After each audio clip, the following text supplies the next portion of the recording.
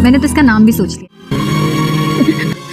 Family का हिस्सा पहले नहीं बन सकी। अनु के इस बात का अफसोस अम्मी समेत हम सबको है। ये कल दे देना, ऐसी बात है कि वो अपने बैठी हुई है। अल्लाह सब बेहतर करेगा, आप परेशान। कॉल की थी मैंने आपके बेटे को, साफ मना। ग्रह ड्रामे में अब आप लोग देखेंगे कि निम्रा अपनी जिंदगी में एक ग्रह खोलती तो दूसरी लग जाती है।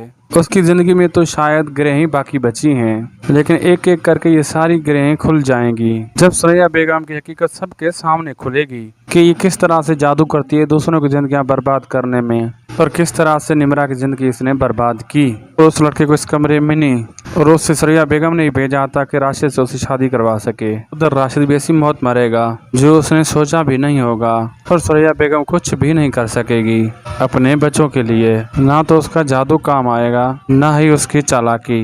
लेकिन निम्रा एक न एक दिन पाक किरदार साबित हो जाएगी। लेकिन तब वजाहत ही होगा जो निम्रा का साथ देगा, इसे शादी करने के लिए फिर से प्रपोज करेगा। कौन कौन निम्रा वजाहत को एक साथ देखना चाहता है, अपनी कीमती राय कमेंट सेक्शन में दीजिए। वीडियो चले लाइक कीजिए, शेयर कीजिए, सब्सक्राइब चैनल को लाजमी कीजिए। अल्लाह हाफिज।